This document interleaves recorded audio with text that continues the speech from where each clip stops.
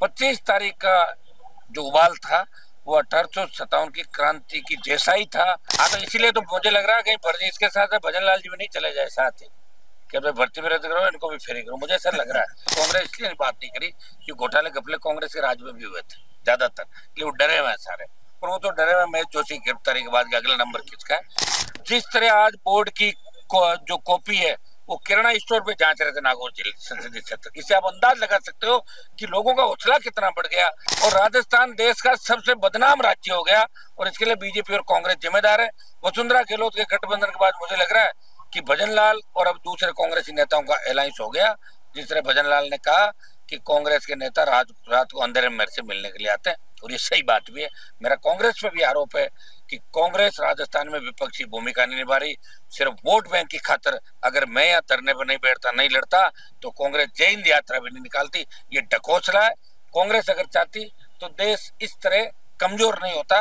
और भाजपा इस बात का फायदा उठा रही है कि विपक्ष सामने है नहीं, आराम से फुटबॉल खेलो, गोल करो। या तो गोलकीपर भी नहीं कांग्रेस पार्टी के अंदर। खड़गे जी भूल जाते हैं कि कौन कौन सी पार्टियां हैं, कभी किसी का नाम भूल जाते हैं, उम्र भी ज्यादा होगी। उनको लेके जाने से भी कांग्रेस, मुझे नहीं लगता कि ये कांग्रेस का कुछ फ्यूचर देश में।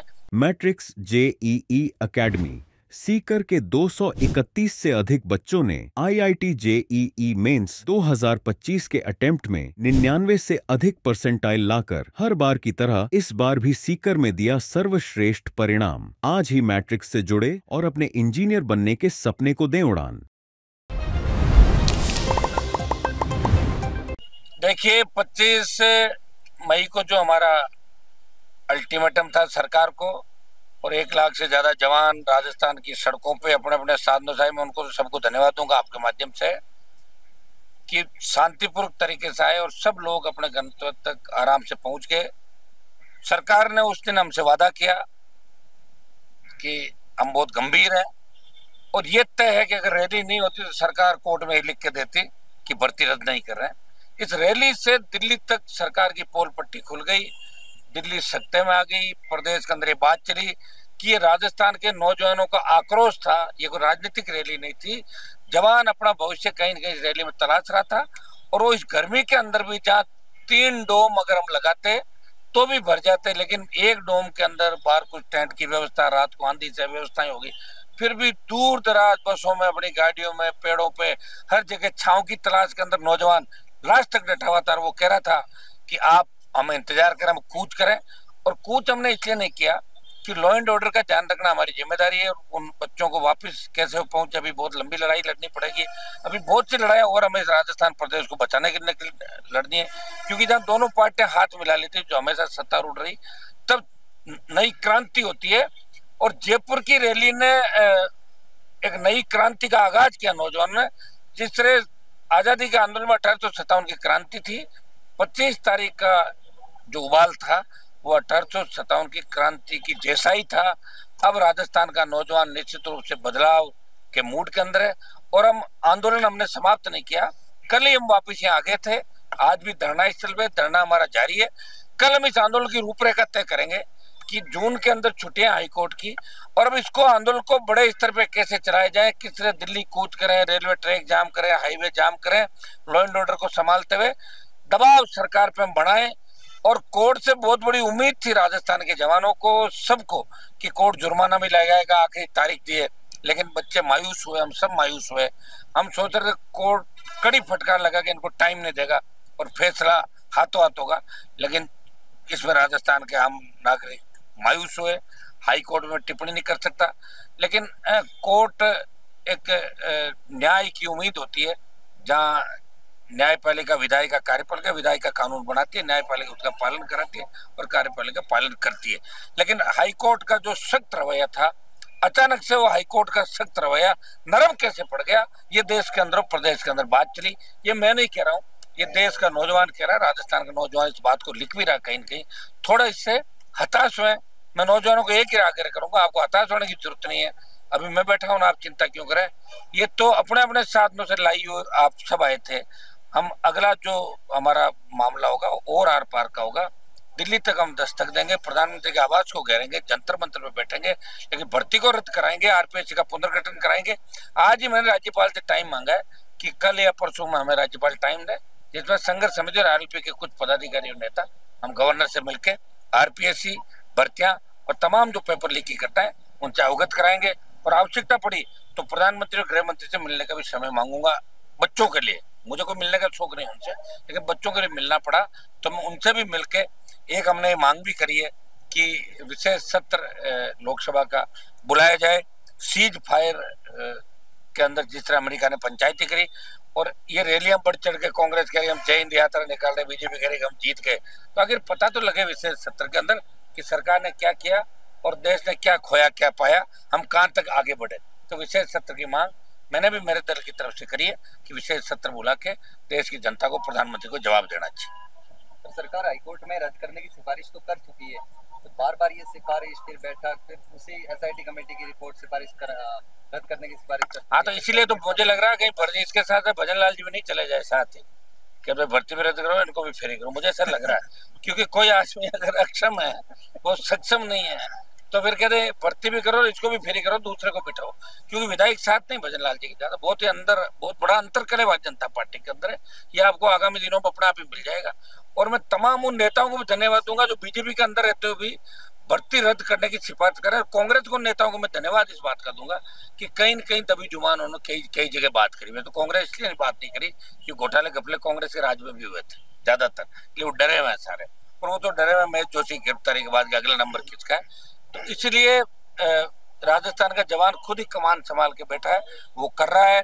और मैं उन तमाम नेताओं को, कोई अब ये क्रेडिट की लड़ाई हो गई, बीजेपी कह रही है कि हम भर्ती रद्द कर दो, कि क्रेडिट उसको नहीं मिल जाए, इसको नहीं। मैं कह रहा हूँ हमें क्रेडिट की आवश्यकता ही नहीं है, आप तो ये कह दो कि फला तारीख को हम फैसला कर देंगे, हम कल ही उठ के चले जाएंगे। क्रेडिट बीजेपी के नेताओं को दे देना, उनको लाके बिठा दो, उनसे करवा दो।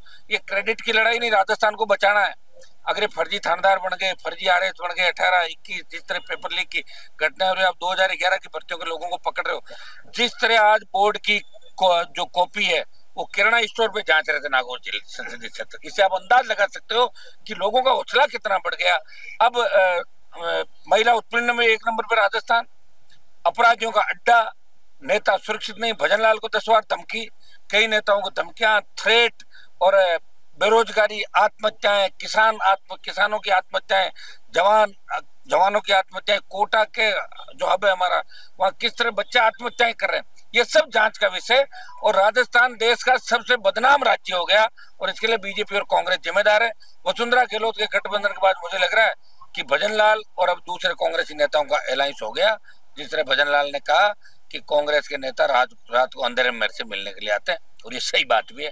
मेरा कांग्रेस पे भी आरोप है कि कांग्रेस राजस्थान में विपक्षी भूमिका नहीं निभा रही, सिर्फ वोट बैंक की खातिर। अगर मैं यहाँ धरने पर नहीं बैठता, नहीं लड़ता, तो कांग्रेस जय हिंद यात्रा भी नहीं निकालती। ये ढकोसला है।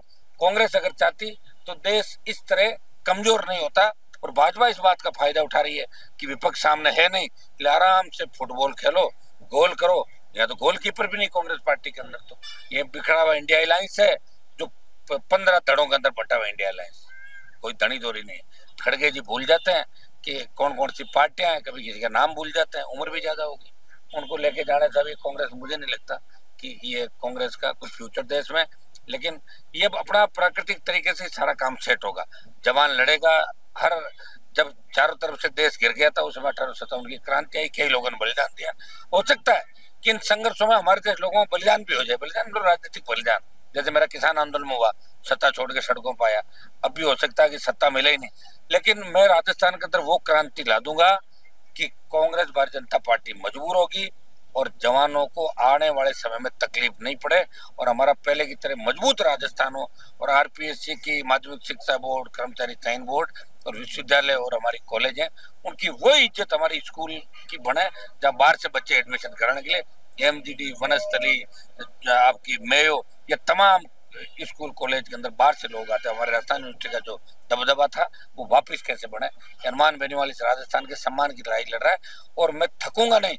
भजन लाल सरकार थक जाएगी और कांग्रेस मैदान छोड़ के भाग जाएगी, लेकिन मैं हमेशा लड़ा हूँ, लड़ता रहूंगा। लोग ये भी कह रहे हैं कि रैली में तो हनुमान जी ने क्या क्या बुला लिया, अरे भैया वही करना था, और क्या। सरकार को ताकत दिखाई दे दिल्ली तक कि इतना भारी आक्रोश लोगों का, तो आक्रोश का मतलब ये थोड़ा कि युद्ध करवा देते हो आप। युद्ध कराता था, फिर मुझे कहते थे अपने फायदे के लिए लड़ा दिया बच्चों को।